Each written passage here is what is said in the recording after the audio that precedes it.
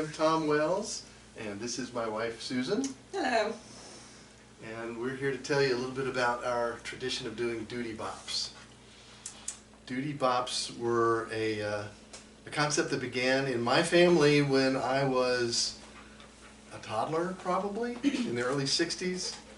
Our family made Christmas ornaments, and then we drove around town and put them on our closest friend's doorknob on Christmas Eve. And the reason we call them Dootie Bops is my sister Linda was the one that came up with the name, and I think it was a 60s word that's equivalent to today's thingamajig. So our family continued that as all my sisters, my three older sisters, grew up and graduated from high school, graduated from college, and eventually when I graduated from college, that was the last year that we did that. Fast forward about 5 or 6 years, and that's when Susan and I got married, and I told her that story, and I think it was you that had the idea. I fell in love with it. I just thought it was incredibly fun, creative, loving on your friends and stuff, so I just grabbed hold of it. And we kind of tweaked it because your mom just came up with an ornament the family could do, and we decided to put an extra twist on it and make it something special related to that particular year. So every year had the theme, which made it even harder. So what did we do the first year? Oh, the first year, gosh, how far do you go back? We're newlyweds. We're newlyweds. He calls me Pig. My name is Susan. He calls me Pig. That was my nickname. That one started because my college roommate, who had triple majors and knew Latin and everything, he shortened my name to Suze, and my roommate promptly told him that was Latin for pig. And I did not want to speak Latin to her anymore, so I started calling her Pig. So, first one was a tribute to me. Little pom-pom pink pigs got delivered around, and how many people did we deliver? I'm thinking it was about 14 people, which was probably pretty comparable to what my parents did. I think the last year we may have done between 10 and 12. How long do you think it took us? Probably a couple hours, Yeah. which surprised me because when we did it with my mom and dad, we drove all the way from the east end of Oak Ridge, Tennessee to the west end of Oak Ridge, Tennessee, and had 10 or 12 friends, but we still could do it all within about an hour. We had a kind of a rule of thumb where we would not want to be caught. So if there was somebody in the kitchen or something, we'd wait till they left, or if somebody turned on a light, we'd go hide in the bushes.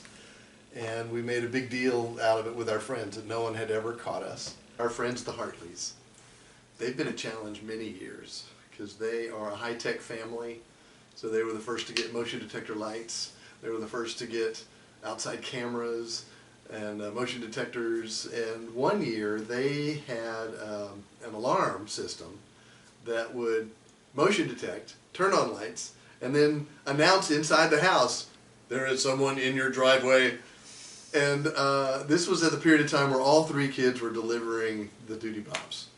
And so Michael would go out, he's 4 years older than Jacqueline, 6 years older than Jess. So he's the engineer, he's the mastermind, he makes the plans, tells everybody where to go. And Jack and Jess just go and have fun doing whatever he says. And this year he's going to beat the motion detector.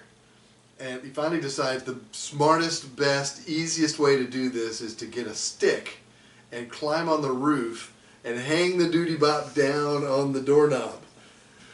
Jess realizes, there's really no purpose of me being here if Michael's going to do the whole thing like that. So she comes back to the car and waits with us. And Jacqueline, just the nice one, doesn't want to hurt anybody's feelings and thinks, I can't just leave him here alone. I'll stay up here for moral support.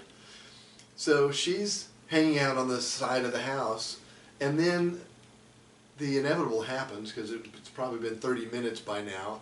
Caroline Hartley comes out to empty the garbage, to take the garbage to the garbage can, and Jacqueline is hiding right behind the garbage can. And Jessica sees it, Michael sees it, but you can't do anything about it. So she comes around, picks up the garbage lid, puts the garbage in there, puts it down. Jacqueline, who's not easy to see because she's all dressed in black, but as soon as she puts the case down, she sees Jacqueline, and Jacqueline goes, hi. And Carolyn is scared out of her mind, jumps. And then she says, your Dootie Bop's up on the roof. So Michael gets caught as well. And so that was one of our classic ones. That was a classic one. So the way we would come up with ideas was interesting over the years, because the first year it was pretty easy to do. Big, right. And then we bought a house, and so the second year it was pretty easy to decide a house. I think we made those decisions together. Yeah. Then we would throw them out. Yeah. But as the years went on, especially after all the kids were born and we bought a house and all the major events have happened, it was harder and harder to come up with ideas. When the kids were young, were middle-aged, when they would want to help make, a lot of crafties, because a lot of hands-on, small children, gluing, what can they do? And then as the kids got older, probably also Jessica, because Jessica's really good at helping design and create and has that art flair. So she would help come up with ideas and stuff. And she likes the elegant along with me. So naturally things started gravitating more. This one is absolutely one of my more gorgeous favorite ones. This is modeling clay, and we spray painted it silver and just did a bow and a porcelain flower, and it just came out really pretty. This one is a crafty one, but it was really cute. It was one of those years like, what are we going to do? And I think I saw how to came up with that idea. Sweet treat bop, we just did cupcakes for the sweetness of life. I think it's a styrofoam ball and some fake snow and a cupcake holder. This one is the snow cairn. So that was the year we did vacation all the way around the Grand Canyon and did our little snow cairns. It came out cute. One of my favorites, this is one of the kids leaving town, leaving home, Michael graduating, kids leaving. But I think it's really pretty with the butterflies. I want to reminisce about the last one that we did in Oak Ridge. It was my senior year in college, so that would be December of 1982, just before I graduated in March of '83. And we were doing a balsa wood Santa Claus head. And so it involved carving the balsa wood, and I just have really fond memories because since it was carving, that was more my dad's thing, so he had designed it. That was his year.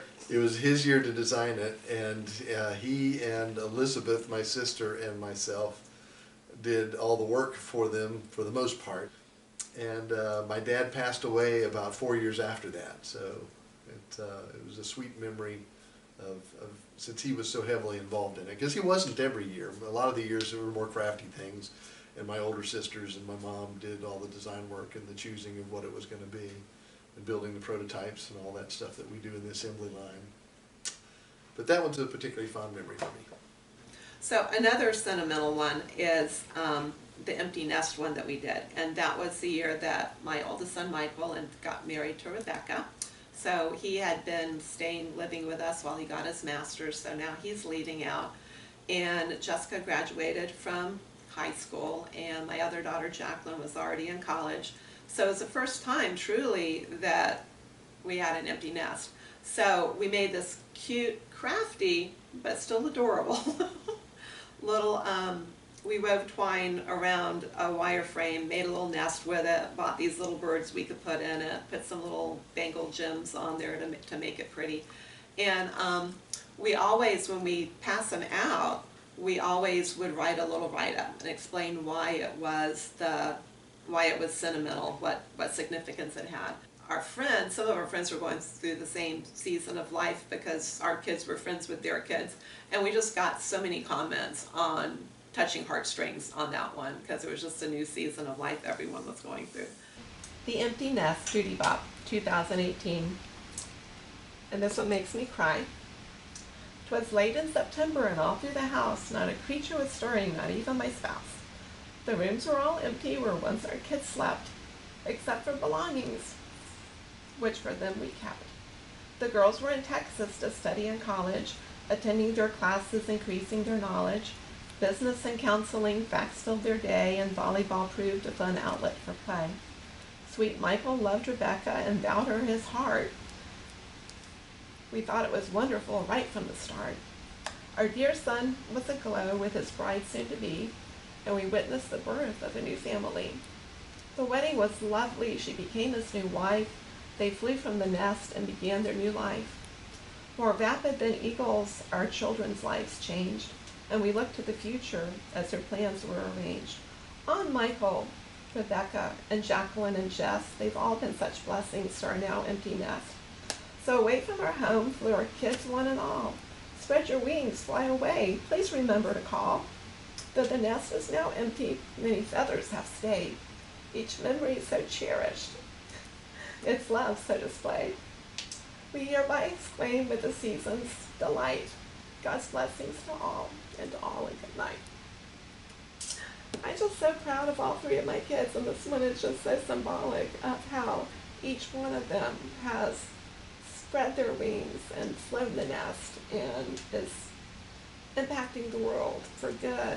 And it's just so rewarding to, as a parent, look back and see the choices your kids are making and see what their future holds for them.